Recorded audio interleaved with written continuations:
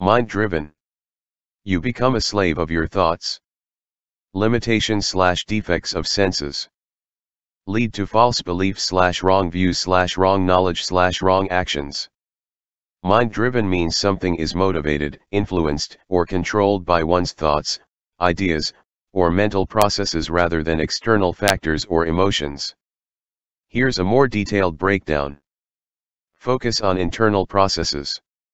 Mind-driven emphasizes the role of internal mental activity in shaping actions or decisions. Examples of mind-driven actions. Idea-driven. A project or initiative that stems from a creative concept or vision. Data-driven. Decisions or strategies based on the analysis of data. Goal-driven. Actions are directed towards achieving specific objectives. Contrast with other influences. Mind-driven can be contrasted with emotionally driven, where actions are based on feelings. Or externally driven, where actions are dictated by external factors or demands. Synonyms.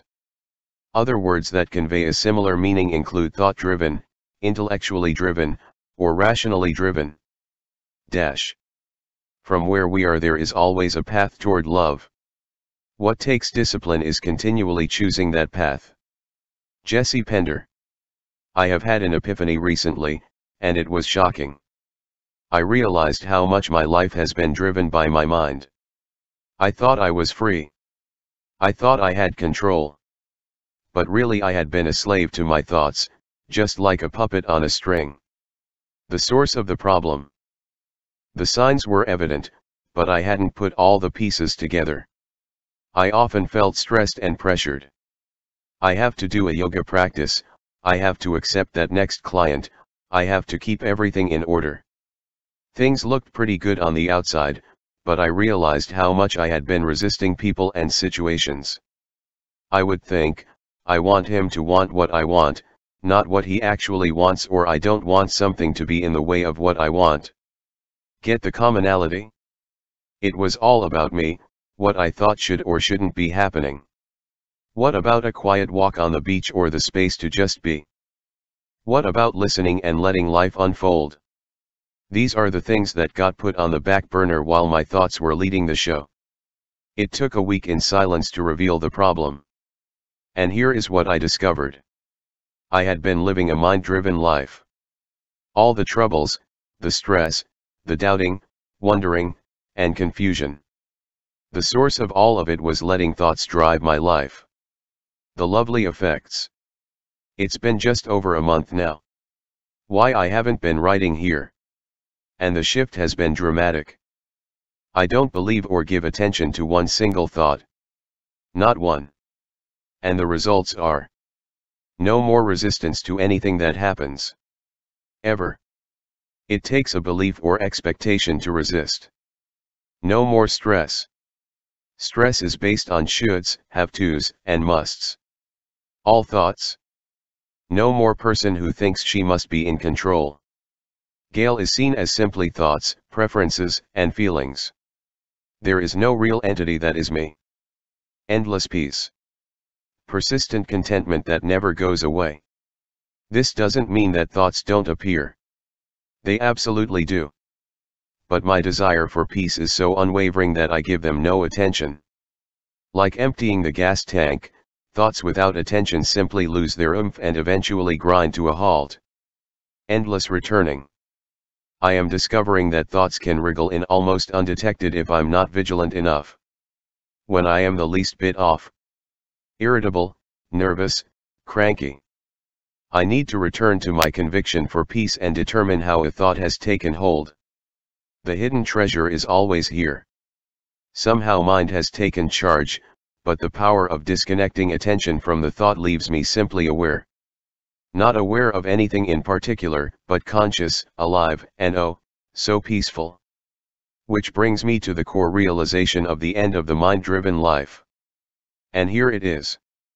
Your true identity is not the separate you, the man or woman who you think you are, your needs, preferences, history, hopes, relationships. Who you are is the space in which all of this arises. You are aware presence, conscious and alive. My friend, Rupert Spira, offers the metaphor of a room full of furniture. Who you are is the space, not the furniture. And the space is undisturbed no matter what is in it. Anything can appear. Beliefs, expectations, strong feelings, illness, pain.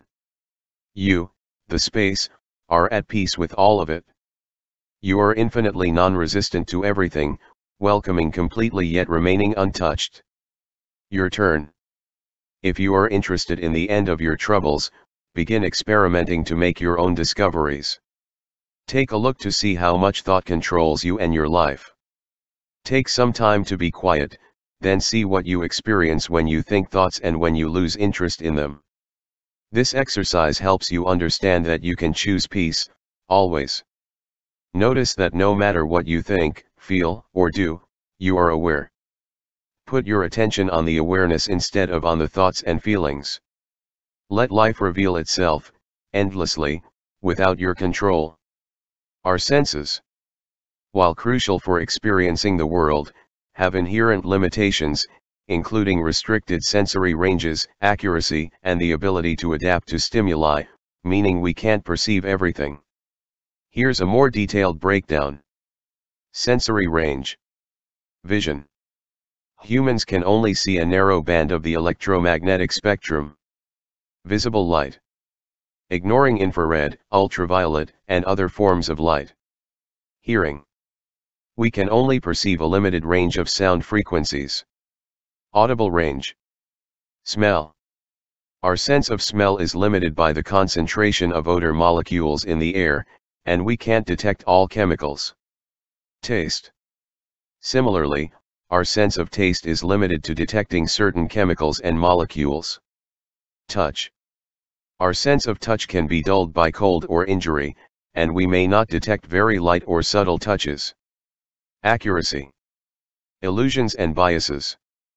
Our perceptions can be influenced by illusions, biases, and expectations, leading to inaccurate interpretations of sensory information.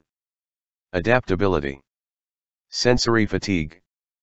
Prolonged exposure to certain stimuli can lead to sensory fatigue, reducing our sensitivity to those stimuli.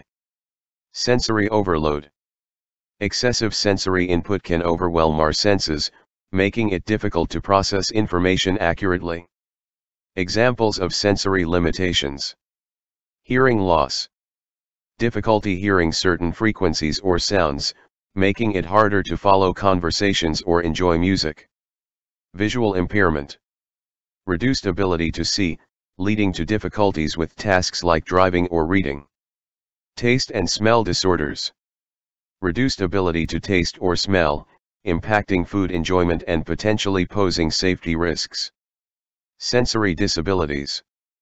Conditions like autism spectrum disorder, ASD, can affect how individuals process and react to sensory information. Scientific tools.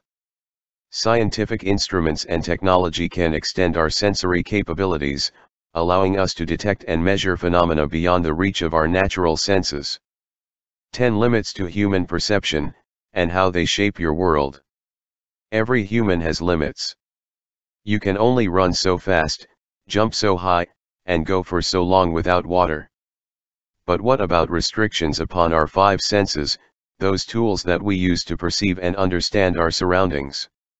Here are 10 limitations on human perception that have a direct impact on how we understand the world. Vision.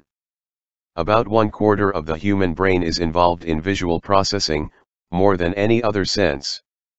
Arguably the most closely studied of the 5 main senses, the Society for Neuroscience claims that more is known about vision than any other vertebrate sensory system. 10. Field of view. A pair of healthy human eyes has a total field of view of approximately 200 degrees horizontally. About 120 degrees of which are shared by both eyes, giving rise to what's known as binocular vision. And 135 degrees vertically. Though these values tend to decrease with age. This is due to the fact that both of our eyes are positioned more or less on the front of our heads, as opposed to the sides. Having eyes positioned on the sides of one's head is common in prey species, and while it certainly increases an animal's total field of view, it's often at the expense of sharper binocular vision. See the helpful chart featured here, which shows the differences in vision between pigeons, whose eyes reside on the sides of their heads.